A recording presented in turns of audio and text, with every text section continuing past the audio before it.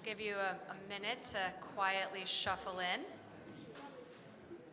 while I say good evening, everyone, and welcome to Lower Manhattan Live. I'm the president of the Downtown Alliance, Jessica Lappin, and I'm especially glad to be here this evening to talk about one of my favorite topics, which is women on Wall Street.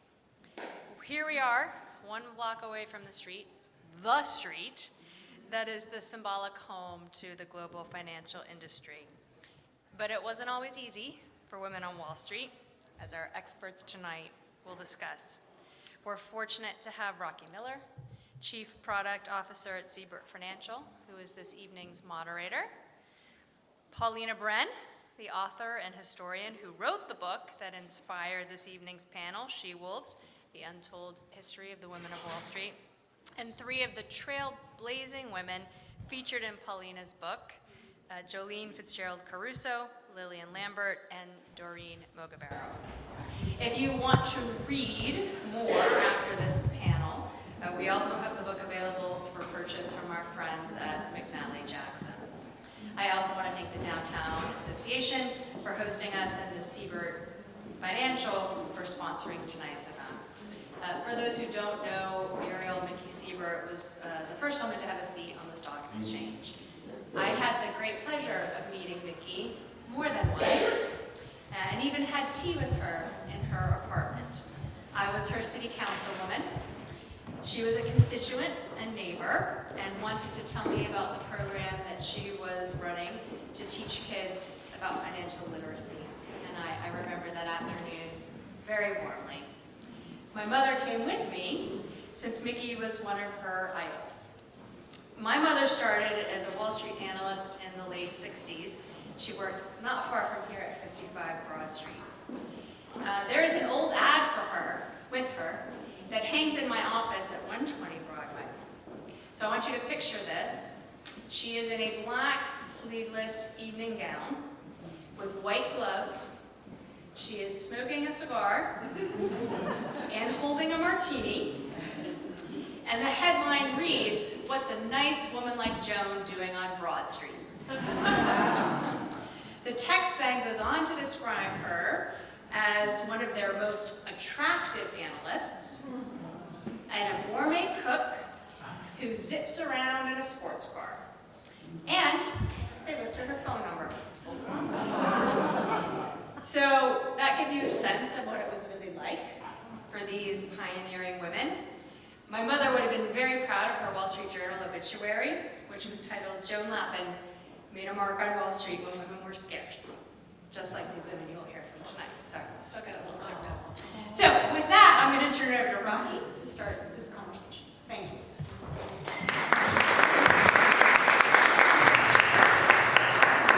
Thank you so much. Wow, thanks everyone. Despite the weather, we have a great, amazing crowd here, and hands to the ladies again. So excited to be here. What I found really cool is we're at a venue where they wouldn't be allowed in because it was a men's only members club. So, hooray to that. So with that, I'll start. Pauline, we'll start with you. And, thank you for writing this really important and amazing book, telling the untold stories of history of overlooked women that pioneered Wall Street. So what inspired you to do this research, write this book? Tell us a little bit more. Absolutely. Hello, everybody. And thank you so much. I really appreciate this. I think we're all excited to be here. I've given many talks, but I haven't been with some of the women from the book, so this is very exciting to me. Thank you. So what inspired me to write this book? Well, some of you might be familiar with my previous book called The Barbizon, The Hotel That Set Women Free. And it was about the women's only hotel on the Upper East Side in New York. It tells the story of those women, the hotel in New York. And sort of its heyday was in the 1950s. And what's really interesting is the way the hotel declines, interest in the hotel declines in the 1970s. That point where New York declines and you think women would be running to sort of the safety of a women's only hotel. And I'm thinking, in the same way that the Barbizon woman sort of embodied New York at a certain time, what kind of young woman is embodying New York now in the 70s and 80s? And I found myself sort of moving toward Wall Street. And figuratively, in one case, literally, one of the characters in my book leaves the Barbizon and goes to Wall Street. And to me, this was fascinating. It was territory that was unfamiliar to me, but as I discovered, nothing had been written about this, really. No sort of historical story of these women in Wall Street from the 1950s through 9/11 that She-Wolves covers. And so that was the original impetus. But as I started to do the research, I was shocked by how little we knew about these women. I was used to the fact that sources are scarce when you write about women, especially young women. That had already been a problem with the Barbizon, but I did not expect this. Even a Google search would not come up with any sorts of names, really. And so the sort of the starting point, the saving grace, was an oral history archive at the New York Historical Society called Wall Street 1950 to 1980. About 10 years ago, they did oral histories with 50 plus movers and shakers from Wall Street. So that means it's 50 men and 5 women. So that's not in itself surprising. What is surprising is if you listen to the interviews by the men, with the men, when the interviewer, if they even did, when the interviewer asked, well, what about the women? They would draw a blank. They would literally say, women? There weren't any women. Or women? They weren't qualified. I couldn't hire them. And it became obvious to me that if we let this story be told by men, it will never be told, or it will be mistold. And I kept coming across this over and over, and that really solidified the fact that I have to do this book. Thank you. So while doing this research, how did it shape your understanding of women's role in traditionally male-dominated industries? Wow. I started to realize that Wall Street is not so different. I'm a professor at Vassar College as well as being a writer, and I began to see that academia is not so different from Wall Street, except at Wall Street there's a lot more money at stake, a lot more money.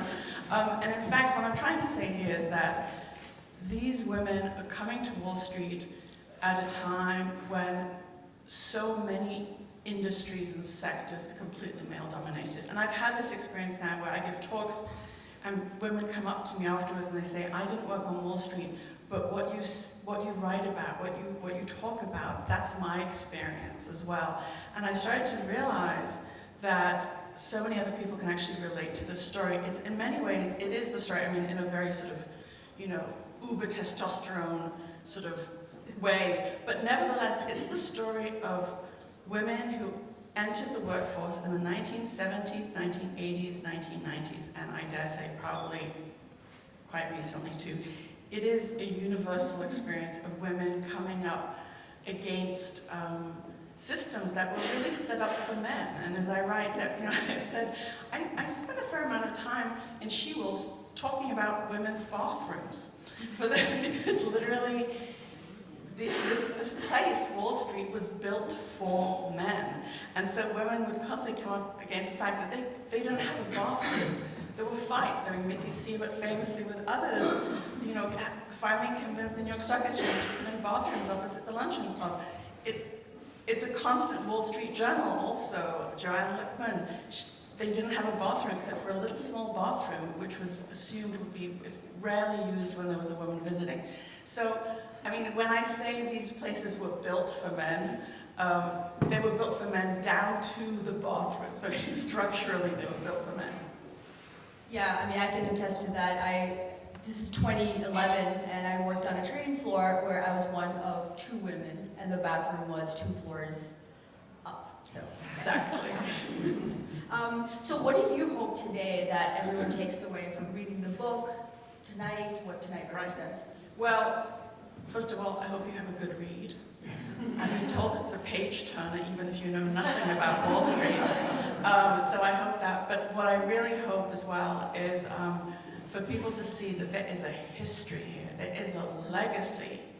When sort of larger numbers of women arrived on Wall Street in the 1980s, a lot of them thought that they were the first women there. Not at all, right? There's an entire legacy, entire history, and I think the only way that you can sort of figure out which way is forward if you know what came before you.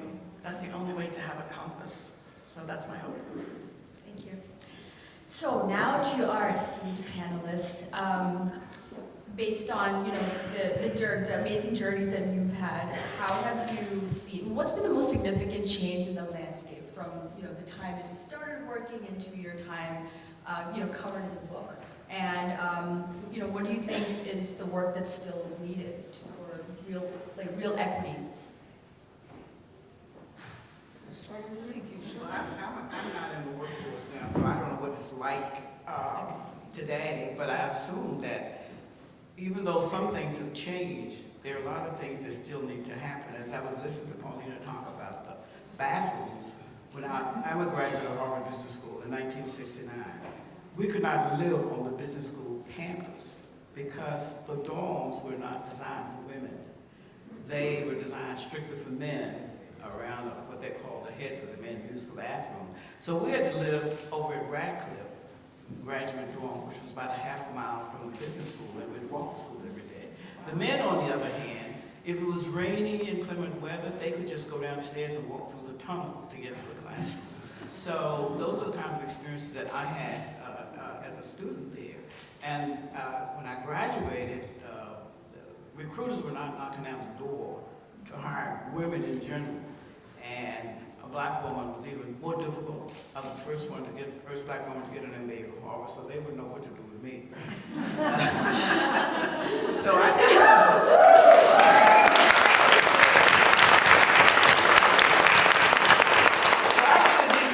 I really didn't even go to any of the recruiters. And when I was reading some of the stories in Paulina's book, I'm glad I didn't, because some of the things that they had to go through, I had 4 jobs over a 6-year period before I finally found my niche. So this was I graduated in 1969, and I finally found my niche as an entrepreneur in 1976. But I've been out of the workforce for about 20 years, and I don't really miss it. Well, I think one of the things that's changed everything is technology, obviously.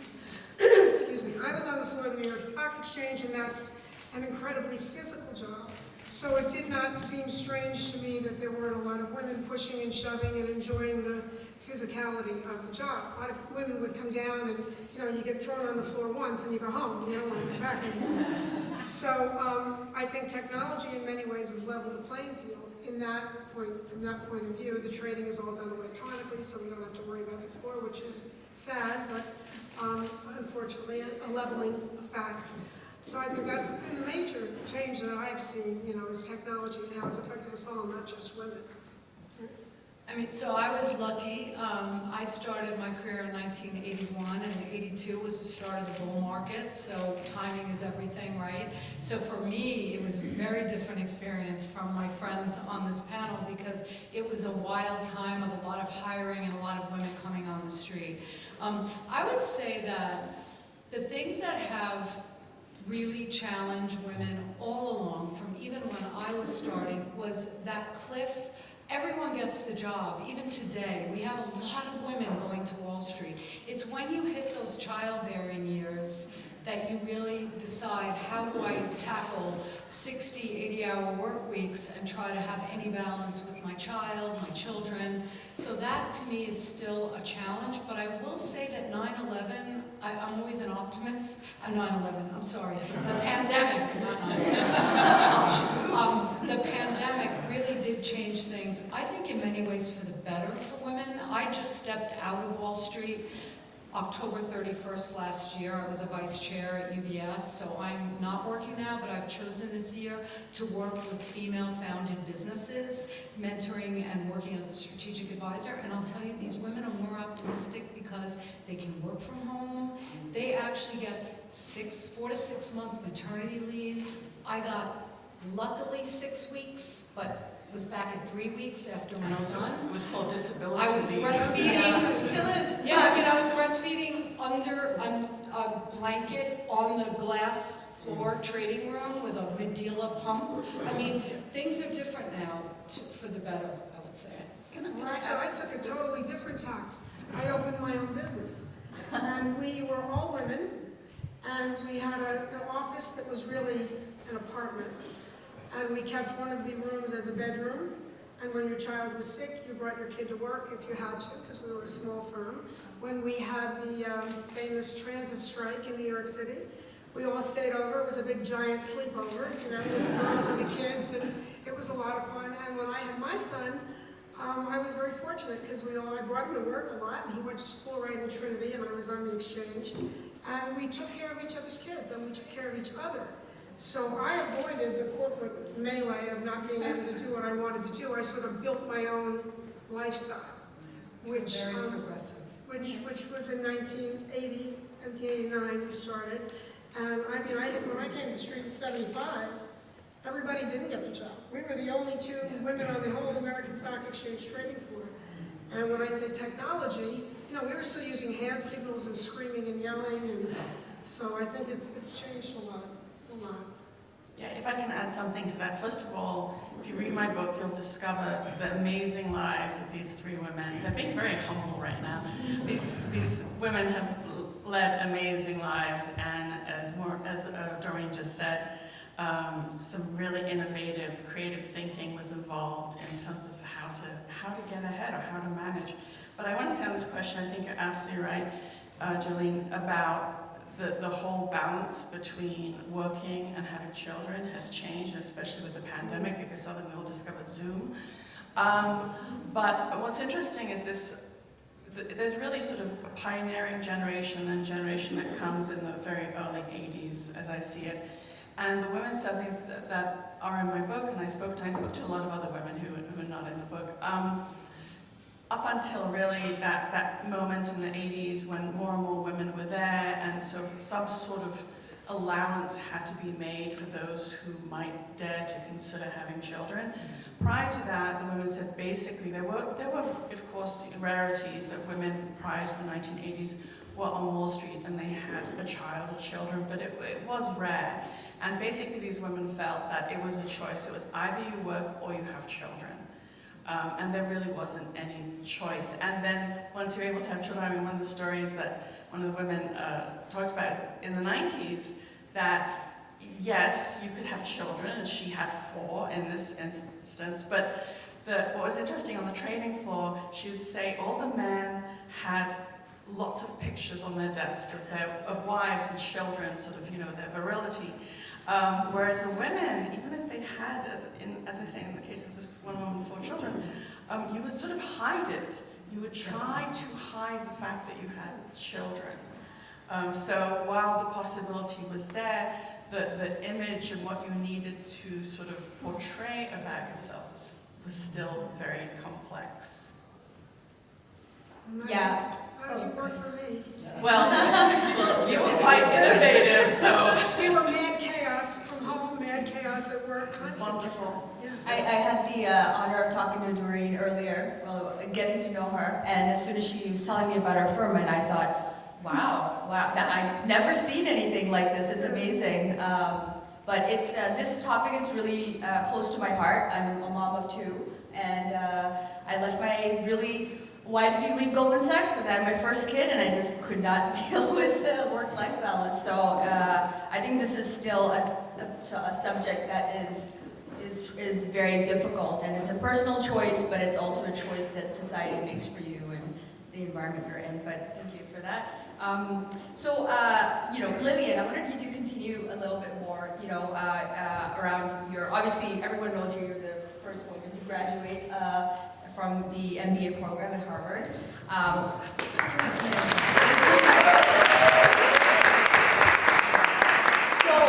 how do you feel that higher education has contributed to, your success, and in general, how does it contribute to the experience in business? When I first graduated from Harvard, as I mentioned earlier, I had 4 jobs over a 6-year period because I couldn't find anything that suited me. And I asked myself a number of times, when am I going to get to use this high-priced degree that I have? Because I'm not using it now. And finally, when I got to work I went to work for a small business. I'm a small entrepreneur. and he had every conceivable problem you could have as a small business owner. Finally, I got to use my education there, doing everything except marketing. Matter of fact, he even owed IRS $100,000 in withholding taxes, so you know how difficult that could be to try to work with them. So that's the first step that it helped me in that way, my first job. But some other ways my degree really was advantageous was the fact that not only just an MBA, but that the Harvard MBA had some brand that opened some doors for me that would not have been open had I not gone there. I know I was on a bank board in Maryland because I had the MBA. I was recommended with that degree. And I also was appointed to a couple of board of trustees of a couple of universities, and I think the degree opened the door there. The other way I think it paid off is that I found myself in situations where, I've been in a male-dominated thing all of my business life, so that's not unusual for me.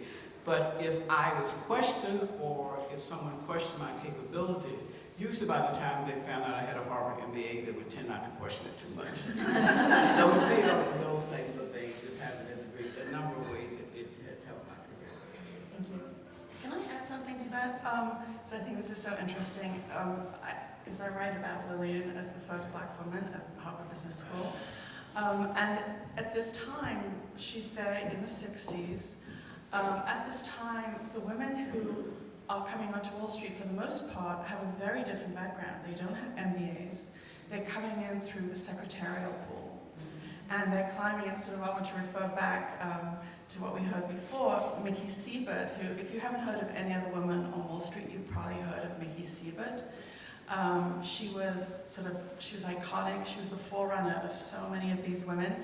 And she sort of started a trajectory that became, I wouldn't say more common because there was still so few women coming to Wall Street in the 1960s, but she set up a certain way of doing it, which is she arrived in 1954 in a beat-up Studebaker with $100 in her pocket. She had dropped out of college, and this was really common for these women who came to Wall Street. She dropped out of college, and she managed to get a job as a teletypist assistant in a research analysis department. And she, while running messages from the teletype machine to the research analyst, she figured out that she was actually pretty good at understanding these numbers. And research analysis became the stepping stone. And this was very much the case of women who didn't have a degree, because the MBA was not the advantage it should have been in the 60s and 70s. And it was so rare for any woman to have an MBA in those terms. And so it was this particular route, as I say, that Mickey Siebert forged and many women followed in the 60s and 70s, was in many ways at that point the most frequent route and the most successful route. And that, of course, all shifted in the 1980s when Wall Street sort of explodes in popularity in terms of the profit that one can make. Everything changes radically. But just to... Even not many of the women who graduated with me were recruited. No. We had out of a class of, the business school at that time, the 2-year class had 1,600 students. There were 38 women and 9 blacks. So the women were in a great minority too. Companies were not actively recruiting them. And I spoke to some of them after graduation, and many of them said they didn't get the kinds of jobs that men got. And even over a period of years, they didn't get the kinds of promotions, even though they both had MBAs. Yep. Well, I was the complete opposite. I went to a 2-year junior college. I had really no academic credibility whatsoever. I was fortunate in that my father was on Wall Street, and that is how I got my job, working for him. So, I mean, I have to say I was, part of a, I suppose, Lucky Sperm Club, right? I don't know. Or a Nepo baby. That's right. But in any event, I found not having that education to be equally as impactful, only negatively.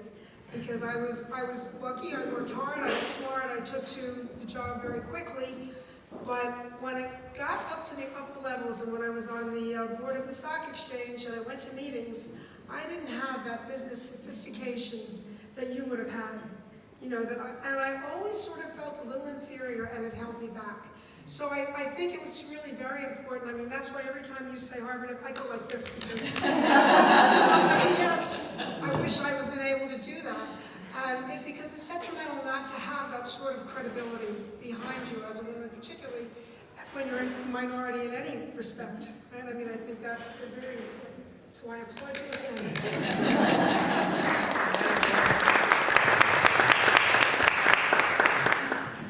So the book discussed how women have had to adapt like stereotypically masculine qualities, given the environment they're in to succeed, typically qualities that a man would have. How have you navigated that in your careers, and what advice do you have now? Like, do you think that the behaviors then and the strategies used to get ahead is what women need to do now, should do now, or yeah? I'm happy to take that because Yeah. I had terribly visceral negative reactions to women who tried to be like men. Because in my mind, if you acted like the men and tried to be like the men, I felt always that you were less respected for doing that. So for me, and I encourage women today to be a woman, wear a dress, be refined if you are, and hold yourself high, and I always did. And I found that by doing that and not trying to be someone who I wasn't, I was less bitter. I saw so many women who fought that, who by the time they got to their 40s and 50s, they were just angry and bitter that they could never be themselves. And I kept that optimism and joy. I still have it. I still love the business. And I always was who I was. A very obvious woman. Pregnant, kids on the trading floor. I never hid it. Why should we? Oh, I agree. I think it's very important. I never tried to adapt to be like the men. Be your authentic self. And I made that decision early on. And I think it's difficult to keep that up. You've got to pretend you're something that you're not. So why not be yourself? And if you're not accepted, then let's deal with that on that level. But I would advise women to just be whoever you are. Just be that person and not try to be like the men and adapt to that. Well, I have a rather different take on it, maybe because of my environment. Some of the masculine traits that, my husband's over there, so if I say anything wrong, let me know. But some of the masculine traits I think that I took on, such as being aggressive, competitive, louder than I normally might be, a few bad words here and there, I didn't really think of them as masculine. I thought of them as survival, because that was my environment. And there was a certain amount of things that you needed to do to adapt. I mean, you couldn't get pushed around on the floor of the New York Stock Exchange. You had to be equal. And in order to be equal, I occasionally had to be more probably masculine than I would have been otherwise. So I had a little bit of a different take on it. I kind of called it survival. Yeah, There were tricks you had. You didn't pretend to be something. Oh no, absolutely. Well, I didn't know I had them until I needed them.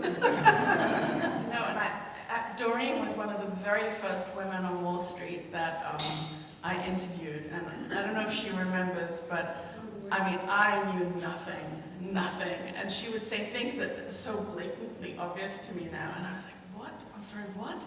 And in fact, the first few months as I was interviewing women on Wall Street, I would literally say, okay, now could you explain it as if you're talking to a 5-year-old? And I was doing that, one, because I needed it, but two, because I really also wanted to write a book for people that are not on Wall Street, not finance people. I was trying to write, a story. But one of the things that that Doreen said at the time was, I know exactly, was, well, there was a big difference between us women on the exchange floors and women in the investment banks and the brokerage firms. It was a question of brains versus brawn. Now, you had to have brains to be on the trading floors and exchange floors. Exactly, so that's wrong. But I really did start to see what she was saying as I, continued to do research over the next 2-3 years. It's a really interesting split the women and what they had to do. This is the whole masculinity question is very pertinent in that sense, because the experience is vastly different depending on where you were, what you were doing, and how you had to adjust yourself, right? So, Yeah, I mean, my personal experience in that was just the stuff you just have to roll off. And you don't even know you're letting it roll off of you. You just have to be in the moment, dealing with whatever you're dealing with, to your point, which is very interesting. So let me flip this question a little bit. So, you know, the book highlights how some women have leveraged their gender in order to, you know, take advantage of that to build trusting relationships with clients, with colleagues. So can you share examples within your own careers of yourselves or your peers really turning it around and using their gender to their benefit? Uh-oh. I can do it. I can do it. Well, I do think that when you're in an environment where you're the only woman, first of all, that is an advantage because you do stand out. So it's easier to be noticed. And if you are being noticed and you act appropriately and you're smart, I think that is an advantage. So just being sort of different in that way was a big advantage, I think. I also think, oh, I don't know if I should say this. You should. I can say it anyway, okay. Sometimes, you know, being very feminine in a room full of men can work wonders for your informational purposes, you know. If you need something and you need to know, how do I get that? They love that, so you do it, right? You do what you gotta do. And that's something that really, well, I used to do once in a while when I was younger and cuter. It was okay. I also heard you had a piercing voice that you could carry to the end of the American Stock Exchange. Well, yes. Others told me. Yes. Okay, so the book also explores how some women, like Muriel Siebert, like they actively rejected the token woman, you know, stance, and instead they wanted to transform Wall Street culture from within. So, how effective do you think that approach was compared to like more sort of, you know, in-your-face, confrontational kind of methodology? I can actually take that one. So when I went to JP Morgan in 1992, and it was so wonderful to come back here because I worked right at 60 Wall, the front of this building faces the back of where I worked for 9 years. It was really wonderful being here. I remember when I got there, I was literally with Charlie Mountain, one of the only women on this vast trading floor to build the equities business in the 1990s. I was 30 years old, coming in, and I remember there were no women. And by the time I left at 40, and this is where I want to get to, I had had 2 children. Once I had the children, all the women that I had hired were all pregnant at the same time. And we're all walking around with our bellies on the trading floor. And I keep talking about that because it was really a moment. One day my boss came down and he said, look at this, like, what is in the water here? All you girls are all pregnant, you're all having babies. And I said, you know why, Clayton? Because my management team of 10 people, I deliberately chose 5 women and 5 men. And not just 5 women because I needed 5 women. They were outstanding. And we were brave enough because I, as the leader, was brave enough to bear my belly and get pregnant. They all followed, and they all could nurse on the trading floor, and I got the lactation room built at JP Morgan, which was a very proud moment for me, because I'm like, do we have to keep putting blankets over our shoulders and pumping? Let's get this to the generation, you know, let's try to help these women. Anyway, that's where I think being the token woman and effecting change by hiring others and then showing them that you could be a woman and you could still have a great job and be a leader. Thank you.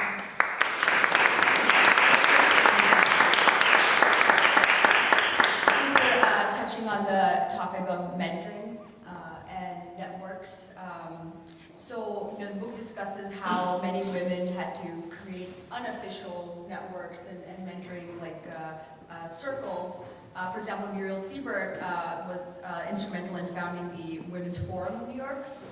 So can you maybe talk about from your experience again, the importance of these formal, informal networks, groups, like how they shaped you, helped you, and how do we benefit from that?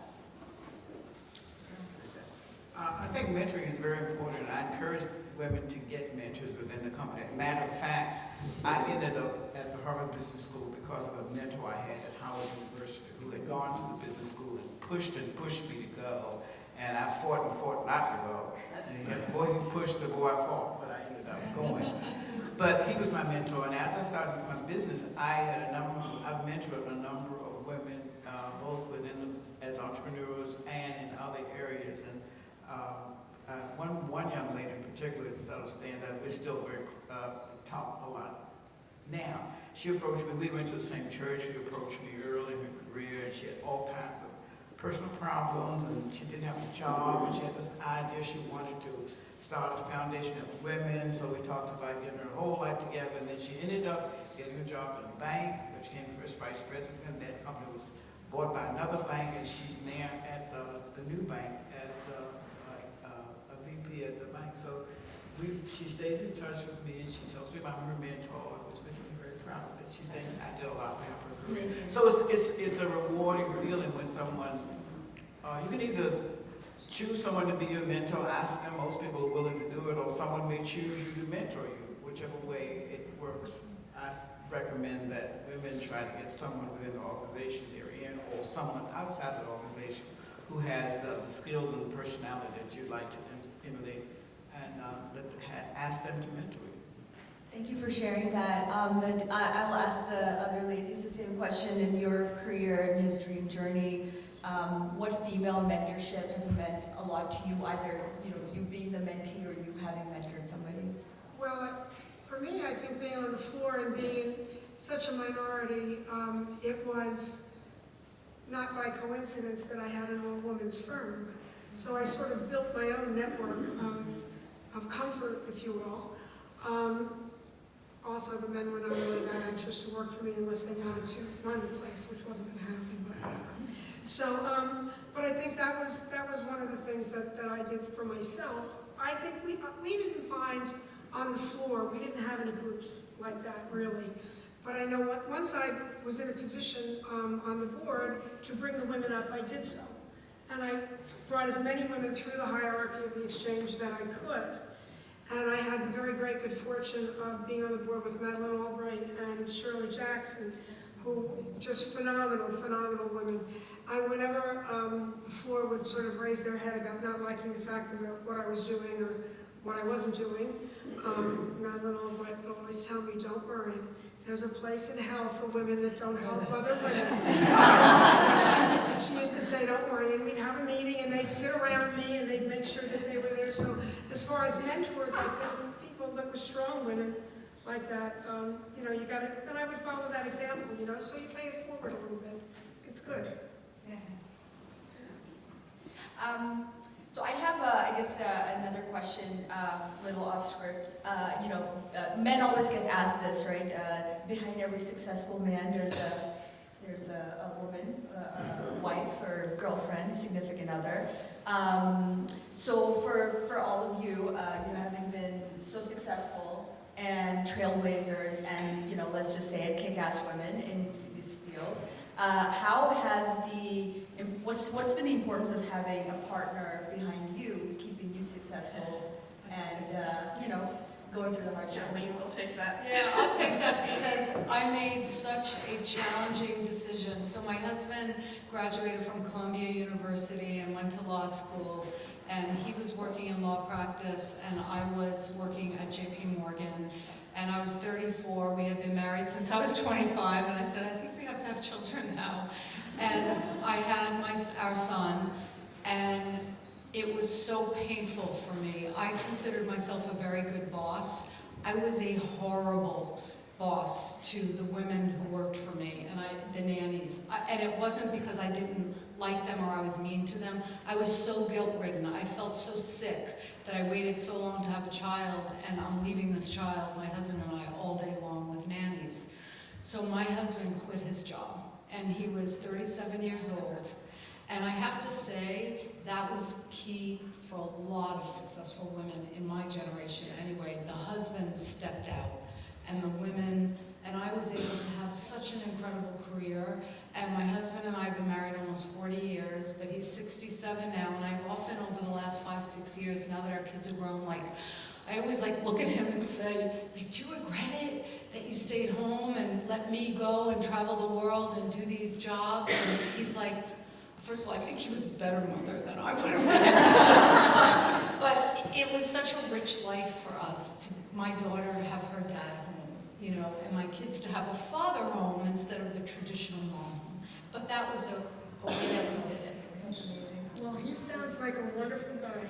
Best. But mine, raise your hand, mine is better. Only because he had to suffer the daily ridicule of having to work beside me at the New York Stock Exchange and having to have his friends say, how the hell can you work next to your wife all day long? She's crazy, look at her, she's screaming, she's young. So I think that was terrible. I mean, I really, no, it was. I mean, he really was so supportive, still is, he's here tonight. He's here. But, yay.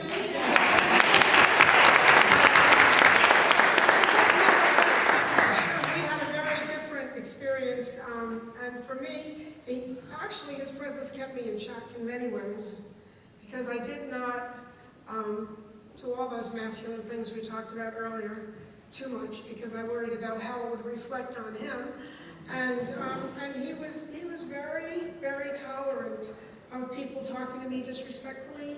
He had to stand there and listen to it and not react to it and let me fight my own battles and make my own way, which I know was very difficult for him. So I think that there are all different ways, right, that they support us. And I think you made a good choice. I made a good choice. We're 2 for 2 here. Were you waiting for me? Mine's a little different.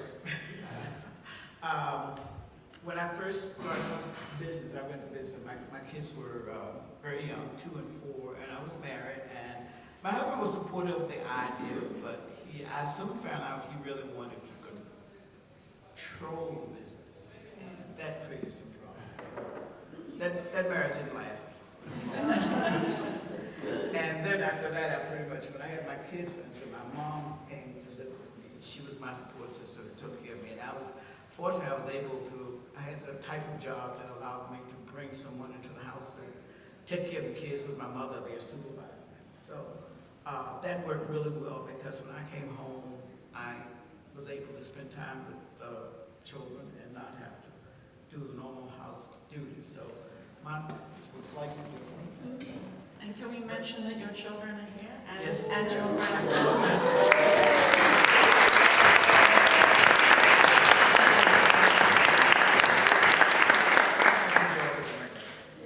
And 3 cheers for parents. God knows what we would do without them helping out, for those of us fortunate And enough. after 9/11, we had to make a decision as well, because it wasn't really prudent for the 2 of us to be in the New York Stock Exchange when we didn't know what was happening. My husband quit his job, and he stayed home with our son, yes? So, a good man out there, huh? There's some good allies. I mean, I've had some, my current husband very supportive of what I do. When I was building the business, I did a lot of it. I was fortunate to kind of visit that. Yeah, a strong mother is so important. What advice do you have for all of the ladies sitting here? Some of them perhaps aspiring to get into finance and the business world in our current environment, knowing how your journey's been, you have friends, family now in the business. What would be your advice to the women over here? So I mentor a lot of women. I went to Barnard College, and it's a women's college that I'm so proud of the women, and I could never get in there today. But I talk to them a lot about Wall Street. Wall Street has changed. It's not as open, and I think there's opportunities on Wall Street. It's highly, highly competitive now, much, much more so than it was. But what I tell women, and I tell anybody this about life, it's all about your networks and the circles that you develop and how you cultivate those networks and those relationships. It's like anything else. And I think that if women, to your point, Lillian, and yours too, we have to find mentors, I never had a female mentor. We talked about this, all my mentors were male, and honestly, I was so blessed, they lifted me up. I had a couple of bad bosses, but most of them were great. So I would just say for women today, you can do it, be smart, be connected, make sure you network, make sure you reach out to everyone, and you continue to cultivate those relationships. I tell people I have like 5,000 LinkedIn and people in my LinkedIn and my contacts, and I honestly try to touch people regularly as often as I can. So that would be my best advice. I think that's good advice. I mean, today, particularly when job applications and so much of what we do is on a computer and so impersonal these days, that you really don't get an opportunity to show your full self a lot of the time when you have to apply over an internet application. So I think to your point, I think it's very important to do all of those things. And I think being authentic about how you feel and what you want to do, and really researching what it is that you want to do. You know, I mentored a lot of kids as well, and I think a lot of times when people would come to me and say, well, I want to work on Wall Street, but what do you want to do? You know, there's so many different things to do. And today, I mean, things like trading is becoming so automated. I think we have to be careful of putting our eggs into a basket that may be a very short-term one. So I would advise them, to look and see where they think they could really add value. Because as long as you're adding value, you'll always have a job, right? I mean, I think to that point, well, for the most part anyway. But if you're not, if you're in some place where a robot can do it tomorrow, then I think we have to think about that. It's a new slant on how to think about what you want to do. I agree with the mentoring is very important. Also, the networking is so key, even more important today because everything's on the computer. So any opportunity you have to network with someone as much as possible in person, get to know the person, I think that's advantageous to do that. Do you think the working from home culture now is helping women, or are you generally for it, against it, or is it helping, not helping? What are your thoughts? I would say it's a two-edged sword. Yeah. It really is. I mean, I think it's wonderful. I wish that I had time home. I remember dragging myself to work exhausted with two babies under the age of 2, and I nursed a long time, and it was terrible. But I am a proponent of really being in the office as much as you can. You learn so much by osmosis. Like, you just watch and emulate, and you make connections, and people notice you. So my daughter has a fully remote job. I hate it for her. She's 26. I'm like, get out of bed. You have to stop working in sweatpants in your bed on Zoom. Like, it's terrible. I agree with that. The hybrid situation is good. I think you need some time in the office just to interact with people. Yeah, not every day, but yeah. Well, and also it generates ideas. I mean, one of our partners, Joy, who ran our office, and I had our offices together, and we had like pocket doors in between. And when you want to be private, you close it. But most of the time, we had the doors open, and that just constant dialogue. If I was in the office when I wasn't on the floor, would generate ideas about who to maybe call for business, or how to approach a client in a different way, or how to solve a different problem. When she started having her babies and started working from home part of the time and at work, the more babies she had, the less time she came to work. We lost a lot of that productivity, I would say. And I think it was much more, we were much more productive when she was there, and we really could put those ideas together daily, every minute of every day. Because they're very spontaneous. You know, not everything is rehearsed or a meeting. So I have one last hot take from you. What excites you most about the future? What's exciting you about finance, business? Where do you see the possibilities for progress and innovation? I can start if you want, but why don't you go? You have. I think that there are lots of opportunities available. I think as women, you have to be sure you're keeping up to date with what's going on, technology, AI is all new. I was on a webinar last week about AI. It was all foreign to me, but so much is going in that direction.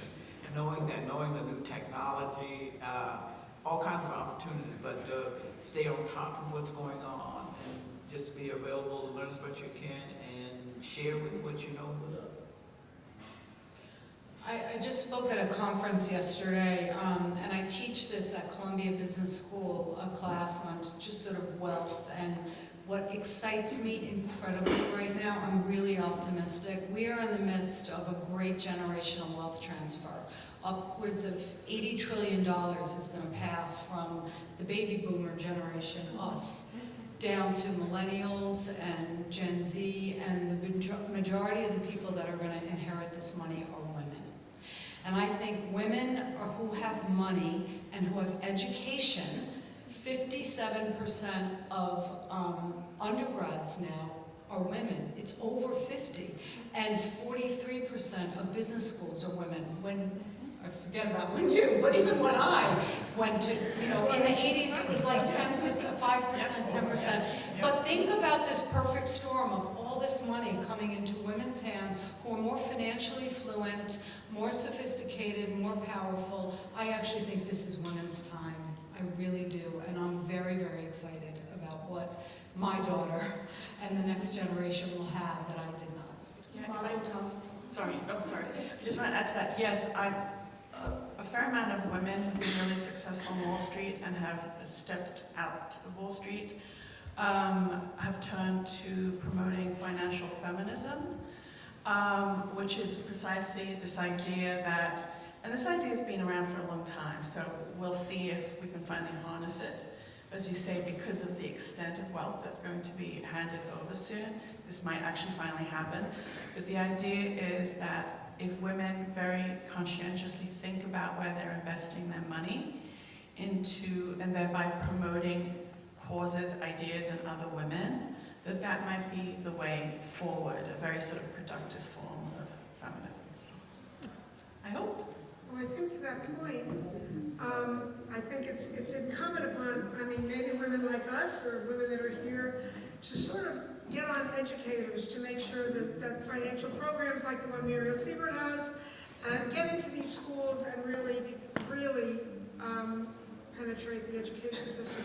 At my son's high school, I used to do a mentorship on the floor every year for a month from all the kids. I'd put 50 kids and we would take them and show them the floor and how to trade and what the end result of your investing was and how we did that.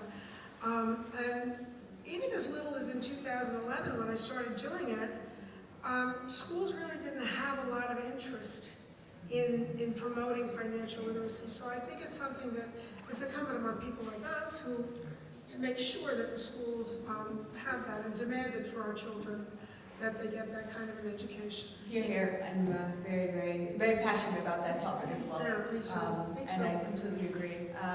It's been such a privilege, honestly, to sit here amongst you ladies and talk to you so candidly, get to know you better. Also to be representing Muriel Siebert's firm, the firm that she founded, as the first woman who got the seat on the NYSE Stock Exchange. So representing who would have been here if she were here. So it's such an honor to be here representing the firm and talking to you. Thank you so much.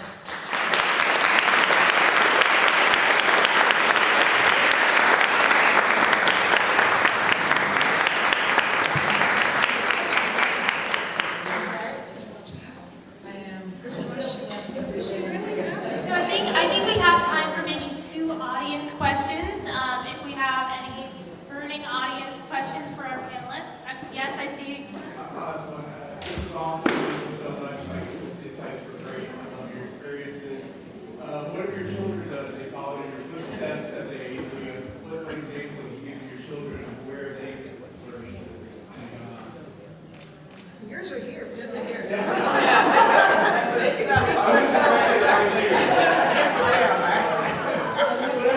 You can just tap them on the shoulder and ask them. My son, no.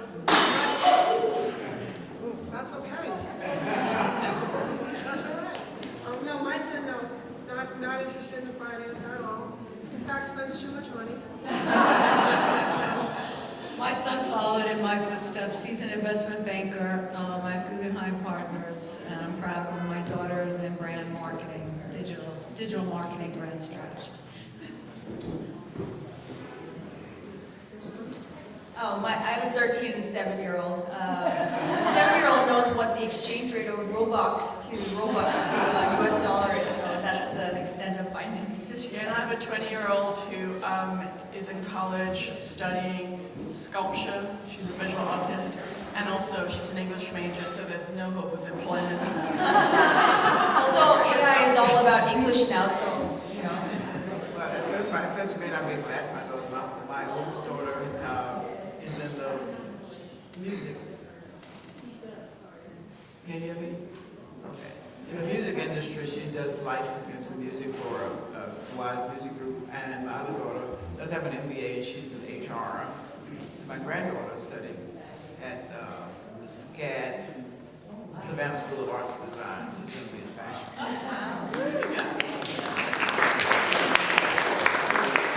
Okay, one last question. I see your hand here. Thank you. This is wonderful. Thank you so much for sharing everything. I totally relate, having entered the field in 2000, so I saw a lot of similarities. My question is, when you enter business world, finance, the stock exchange, we entered like younger, less wise, less experienced, maybe had our own like social upbringing, kind of clouding our thoughts, so that maybe put what our value was, and kind of how we started out. But then, as you experience like on Wall Street, you really start learning a lot of lessons, and you start learning, oh, this is how it is. I need to change the way that I am, be less naive, be a little more forceful, more aggressive, speak up for myself. Does anybody have anything to share about like when that maybe aha moment was, where you were like, okay, I have to stop being bullied, or taken advantage of, or I need to find my place, or hold my place, find my voice, etc. Yeah, I do. Okay. I think that I initially didn't know how to insist that I move forward, because we all hit those walls, right? And you've got to figure out a way to get past. So I did try the aggressive way, I did try the smart way, I did try screaming, I did try being on every committee known to man, always raising my hand, always putting my 2 cents in. But I always seemed to be bucking the trend, always fighting for something, right? And Dick Rosso said to me one day, he said, I want to talk to you. So what do you want to talk to me about? He said to me, Dick was the chairman of the exchange at the time, and he said to me, you know, you can do a lot more good from the inside than you can from the outside. He said, try to ingratiate yourself so you can get inside. And then this way you can actually have the power to make the changes that you want to change. So it actually calmed me down, and it taught me that maybe I need to take a step back, not be so insistent all the time that it's got to be my way, not take everything so personally. And before you know it, I was on board the stock exchange, so there you go. So that worked.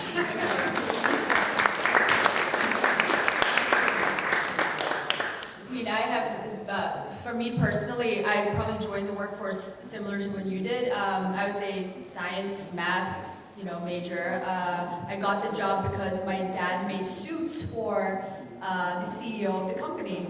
And my resume got sent, and they're like, oh yeah, just send her over. And I knew nothing about finance or business. I walk in, and the place was called SunGuard Future Systems, and this is the literal thought that went in my head. Oh, cool, it's like NASA or something. I had no clue what a futures contract or derivative was. I honestly think the nice Australian woman that interviewed me just hired me because I was like, like a cute little gal and, nice and good energy in the office. I think that's literally what she said, we'll have some good energy in the office. But, I think for me personally, my personal experience was I was so naive. I was just so focused on learning and just learning the skill, learning the coding language, learning about derivatives at that time. And soon I found that I knew a lot more than I even thought I did. And so for me, the aha moment was, oh, well, I know this. Maybe people don't assume I know it, or I'm not supposed to know it to this level. But I think when you focus on learning, and then you get to a point where you feel more comfortable in the knowledge, for me, that was kind of the aha moment. All right, well, now, unfortunately, we have to draw our conversation to a close, but I just want to say thank you again to our amazing panel.